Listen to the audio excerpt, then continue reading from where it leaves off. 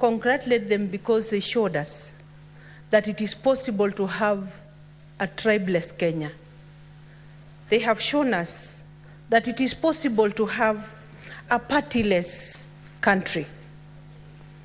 They have shown us that they can unite beyond creed and beyond religion. Madam Speaker, they have actually shown us that we can come out, and these are some of the things that we never thought possible, Madam Speaker. The cancer of tribalism that has affected this country almost took us to civil strife in 2007 and 2008 in the post-election violence, Madam Speaker. And so when these young Kenyans showed us that they can come together for a common cause, Madam Speaker, a unity of purpose, Madam Speaker, let me say as a mother of those young people, I am very proud of them, Madam Speaker. Although they paid the price, Madam Speaker, and we mourn today our young people who lost lives where they should not have lost lives, Madam Speaker. We have become brutal even to our own children, Madam Speaker. Madam Speaker, let me offer an apology on behalf of all the other leaders, Madam Speaker, who may not enjoy this kind of platform, Madam Speaker. Apologize to the demonstrators and to the families of those who lost their loved ones, Madam Speaker. They were treated in a inhuman manner.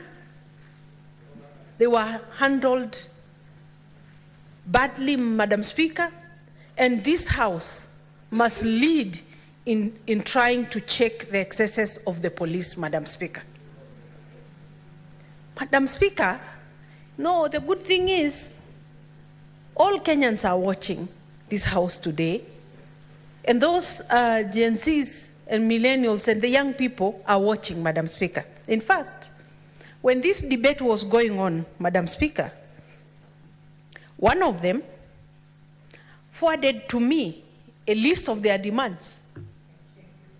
And I want to read it, Madam Speaker. They said, it's deeper and bigger.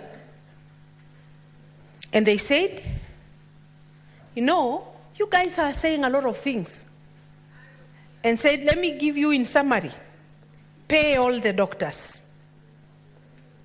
Hire the medical interns. Pay the teachers. Fund the schools. Cut public expenditure. Fire all corrupt civil servants. Bring back Linda Mama. Reform the NHIF. Recover all stolen money. Remove unconstitutional offices. Jenga inji usibomoe. Madam Speaker, I wanted first at least to make sure I have delivered that one before I put it in my own words, Madam Speaker, because I think they capture better what they wanted, Madam Speaker. Madam Speaker, it's a Damascus moment in our country.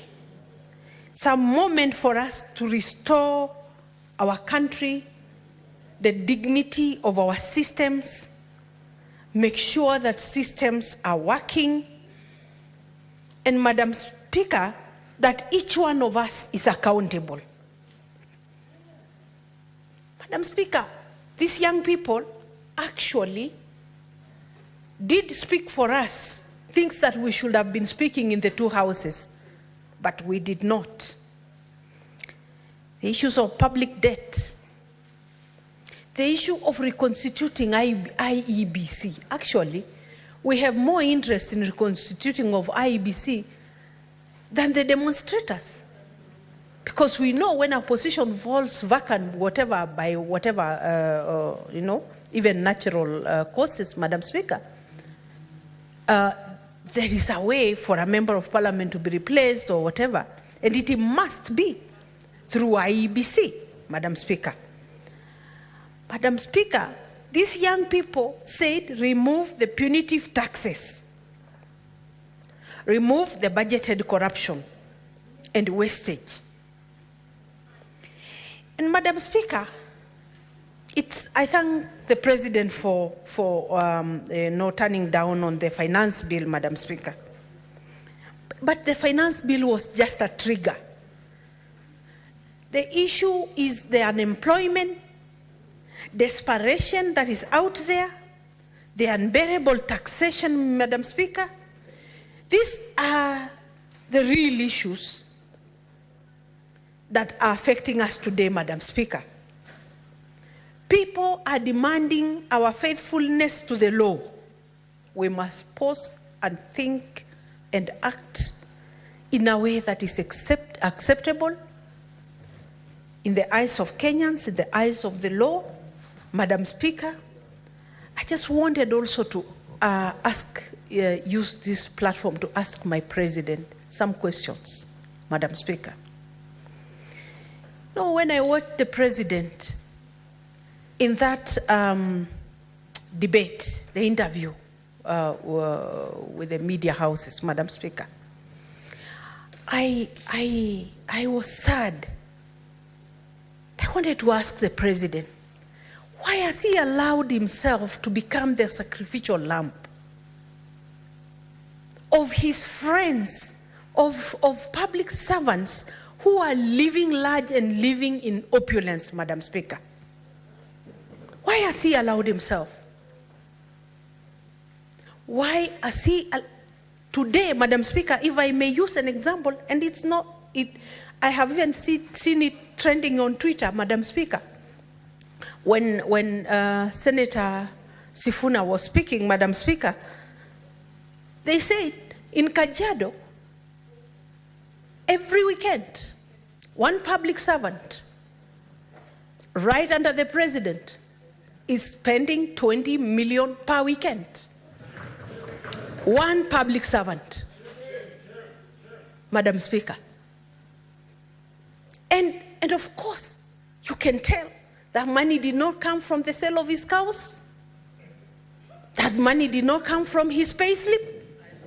Every government appointment today in Kajiado, in the entire Masai Land, when it happens, oh, congratulations, to one individual. What happened to Public Service Commission that should be interviewing and employing on merit? Madam Speaker, that one single individual will alienate the President from a whole county. The rest feel that they don't belong. So they must now worship one small individual because of the office he's holding, Madam Speaker. But 2027 is coming, Madam Speaker. All of us, that's the time of reckoning. That's the time we are all going to answer.